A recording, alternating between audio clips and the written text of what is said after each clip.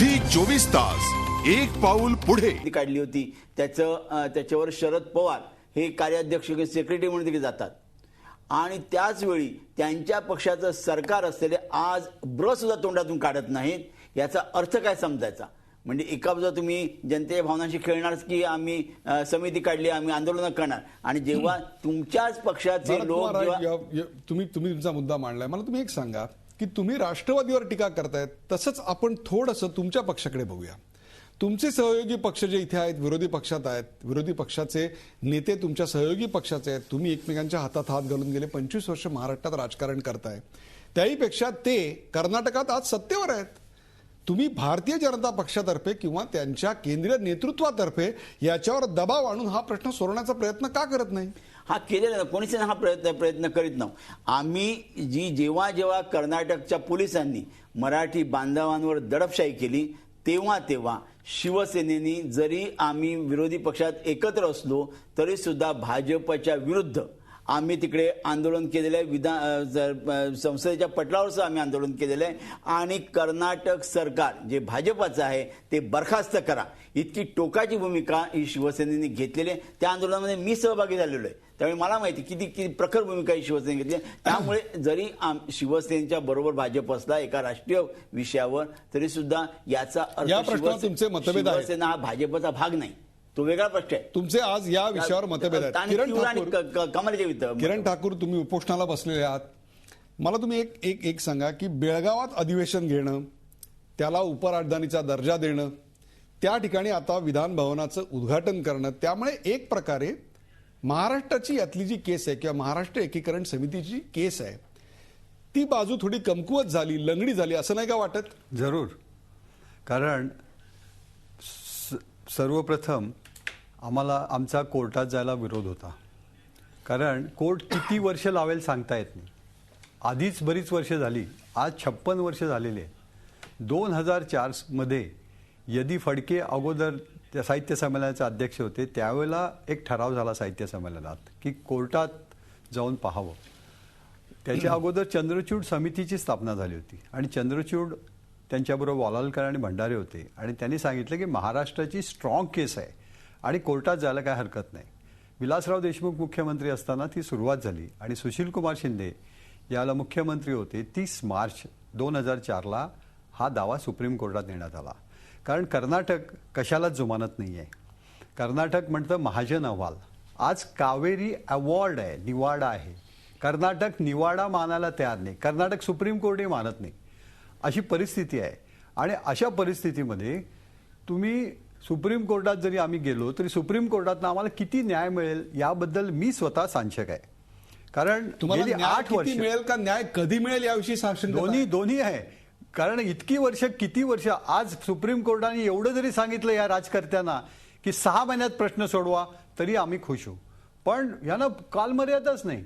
इंदिरा गांधींनी 1970 साली हा शासकीय ठराव म्हणून पार्लमेंटमध्ये आणलेला आहे बॅरिस्टर नाथपैंच्या आग्रहानुसार, आणि त्यानंतरच्या निवडणुकीत इंदिरा गांधींना पूर्ण मेजॉरिटी मिळाली, सिंडिकेट असं असताना, आणि त्यानंतर 73 साली उमाशंकर दीक्षितनी 3 तोडगे सुचवले, त्यामध्ये बेळगाव केंद्रशासित ठेवावं, बेळगाव महाराष्ट्राला द्यावं आणि 100 कोटी कर्नाटकाला द्यावे, आणि तिसरा तोडगा असा होता की एक बेळगावची फाळणी करावी हायवेनुसार, म्हणजे आज हायवेच्या त्या बाजूला हे विधानसौध बांधलेलं आहे आणि तरी देखील ते आमच्या हलगे गावात आहे। बेळगावमध्ये हे विधानसभा बांधण्यामध्ये त्याला सुवर्णसौध म्हणतात, ते बांधण्यामध्ये त्यांचा कुटील डाव आहे की आता सगळा सीमाप्रश्न संपलाय म्हणतात, 4-2 पुढाऱ्यांचा राहिला असं हेगडे सुद्धा टीका करायचे, तर आता ते त्याला उपराजधानीचा दर्जा देणार आणि त्यानंतर सुप्रीम कोर्टावरती दबाव आणणार आहेत, आणि तो दबाव आणण्याचाच प्रकार म्हणून राष्ट्रपतींना तिकडे बोलवलेला आहे। राष्ट्रपतीच्या ऐवजी ते पंतप्रधानांनी बोलू शकत होते किंवा आणि कुणाला बोलत होते, राष्ट्रपती हा सर्वोच्च न्यायालयावर दबाव आणू शकतो।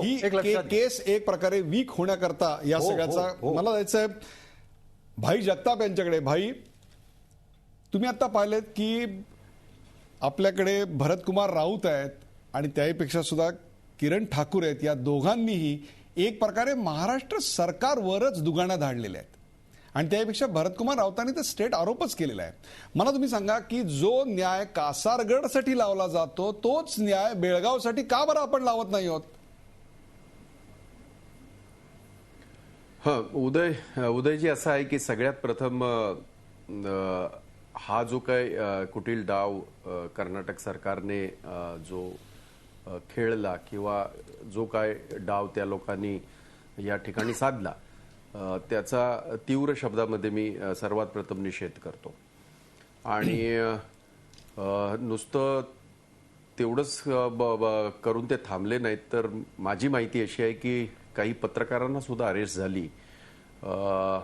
आपलेही पत्रकार तिकडे फिरत होते परंतु काही याचे प्रिंट मीडियाचे काही पत्रकार त्यांना 2 तासाची अरेस्ट झाली. IBN 7चे पत्रकार जे केळुसकर त्यांना सुद्धा अरेस्ट 2 तासाची झाली. इतकं ज्याला म्हणतो आपण भाई जगताप काय झालं हे आपण दाखवलेलं आहे. मला तुम्ही सांगा सरकारची भूमिका नेमकी आक्रमकपणाची का नाही हा असा ठाम आरोप भरतकुमार राऊतांनी केला आणि त्याही पेक्षा सुद्धा किरण ठाकूर पण तेच म्हणतायत. नाही ते म्हणतात आहेत आणि त्यांना म्हणावं लागेल कारण ते त्या चळवळीतले आहेत आणि त्या चळवळीला महाराष्ट्रातल्या सगळ्या मराठी जनतेने पाठिंबा दिलेला आहे. महाराष्ट्राच्या विधानसभेने संपूर्ण महाराष्ट्राची विधानसभा दोन्ही सभागृह बंद करून त्यांच्या त्या भूमिकेला पूर्णतः पाठिंबा दिला आहे. त्याच्यामध्ये फक्त काँग्रेसच नव्हे तर सर्व पक्षीय सगळ्या आमदारांनी मुख्यमंत्र्यांनी सगळ्या एवढंच नव्हे तर खरं तर स्वतः सभापती सुद्धा त्या निषेध कार्यक्रमाला आले होते आणि त्यांनी संपूर्ण पाठिंबा हा दिलेला आहे. आता प्रश्न असा आहे की हा राज्य शासनाच्या अखत्यारीत त्याचा किती भाग येतो आणि केंद्राच्या अखत्यारीत किती भाग येतो हा सुद्धा टेक्निकल मुद्दा जरी असला तरी तो खरा आहे. आपण जेव्हा पावलं उचलली 2004 साली की आपल्याला सुप्रीम कोर्टात जायला हवं आणि त्या दिशेने जेव्हा पावलं पुढे टाकली त्यांना जे ॲडव्होकेट पाहिजे होते ते ॲडव्होकेट नामचीन ॲडव्होकेट त्या खटल्याचा हे पाहत आहेत, कामकाज पाहत आहेत. आणि त्यामुळे जे सरकार म्हणून जे करायला पाहिजे ती भूमिका याने महाराष्ट्र सरकारने घेतलेली आहे. भरतकुमार राऊत माफ करा एक मिनिट ऐका. मला तुम्ही सांगा की आजच्या झाल्या प्रकाराचा शिवसेनेसारखाच तुम्ही तीव्र शब्दात निषेध करणार की नाही काँग्रेस म्हणून? अख्खी बेळगावातली जनता कार्यक्रम बघते. काँग्रेसची भूमिका स्पष्ट करा. तुम्ही या प्रकरणाचा निषेध करणार की नाही? या प्रकरणाचा मी कर्नाटक सरकारचा तीव्र शब्दामध्ये निषेध सगळ्यात पहिला केला. त्यामुळे तुम्हाला काहीतरी वाटतंय आणि तुम्ही ओरडून बोललात म्हणून मी तो करत नाहीये, कृपया लक्षात घ्या. आणि दुसरी महत्वाची गोष्ट, भरतकुमार राऊतांचे जेव्हा ते शिवसेनेचे खासदार नव्हते त्यावेळचे सगळे लेख माझ्या वाचनात आलेले आहेत. त्यांनी माझ्या ज्ञानामध्ये थोडी भर टाकावी की त्यावेळची जी भूमिका एक पत्रकार म्हणून आणि आज शिवसेनेचे खासदार म्हणून जी भूमिका ते मांडत आहेत, अर्थात शिवसेनेचं याच्यामध्ये योगदान आहे हे मला मुद्दाम सांगावंसं वाटेल. मी सांगण्याची गरज नाही, ते अधोरेखित केलेलं आहे आणि त्यांनी त्यासाठी नुसता त्याग नाही तर हुतात्मे सुद्धा दिलेले आहेत, ही गोष्ट मान्य आहे. परंतु संयुक्त महाराष्ट्राचा लढा हा फक्त कुठच्या तरी एका पक्षाचा लढा हे समजण्याचं कारण नाही. संयुक्त महाराष्ट्राचा लढा हा सर्व पक्षीय आणि या महाराष्ट्राचा लढा होता, लक्षात ठेवा. त्या लढ्यामध्ये काही झालेल्या चुका आज आतापर्यंत आपण भोगत आहोत दुर्दैवाने. आणि म्हणून मला कुणावर दोषारोप करायचं नाही, परंतु हे मात्र मला नक्कीच सांगायचं आहे की काँग्रेसकडे नुसतं बोट दाखवून ह्या प्रश्नाची उकल होणार नाही. आपण काल मी एका वाहिनीवर होतो, तिथे अशा प्रकारचा त्या ठिकाणी विचार मांडला गेला की नाही आपण सगळ्यांनी राजीनामे द्यायला पाहिजेत. मग असा जर मी प्रश्न विचारला की ज्या वेळेला या ठिकाणी महाराष्ट्रामध्ये शिवसेनेचं सरकार होतं, केंद्रामध्ये एनडीएचं सरकार होतं, कारण काँग्रेसला याच्यामध्ये टार्गेट केलं जातंय म्हणून मी बोलतोय. या प्रश्नाची गंभीरता अजिबात डायल्यूट न करता मी बोलण्याचा प्रयत्न करतोय, लक्षात घ्या उदयजी. आणि म्हणून त्यावेळेला युती सरकारच्या कुठच्याही मंत्र्याने किंवा त्यावेळेला कुठच्या आमदाराने राजीनामा दिल्याचं मला माहित नाही. किंवा त्यांनी राजीनाम्यासाठी केंद्र सरकारवर, एनडीए सरकारवर, वाजपेयींच्या सरकारवर दबाव आणलेला मला माहित नाही 4.5 वर्षात. माझ्या ज्ञानात थोडीशी भर घातली तर बरं होईल. बरोबर आहे. आणि म्हणून या प्रश्नाची भाई, ही या झालेली आहे. आणि सेगमेंटमध्ये म्हणून एक तर establish झालेलं आहे. या प्रश्नासाठी राज्यातल्या सगळ्या पक्षांनी एकत्र येऊन या बाबतीमध्ये एखादा जर निर्णय, जसा कर्नाटकाचे सगळे पक्ष एकत्र येतात तसे आपल्याला येणं ही काळाची गरज आहे. हे मी याच्या अगोदरही बोललोय, आता ही मुद्दाम सांगू. भाई धन्यवाद. तुम्ही एक अतिशय महत्त्वाचा मुद्दा मांडलात की सगळ्या पक्षांनी एकत्र आलं पाहिजे. खरोखरच सगळे पक्ष एकत्र येऊ शकतात का? तुम्ही आता भरतकुमार राऊत यांच्या काही लेखांचा उल्लेख केला आणि तसंच भारतीय जनता पक्षाचे प्रवक्तेही या विषयावर व्यक्त करणार आहेत. पण आता मला घ्यायचा एक ब्रेक. कुठेही जाऊ नका, पाहत राहा कारणी दडपशाही की मराठी निष्क्रियता. झी 24 तास, एक पाऊल पुढे.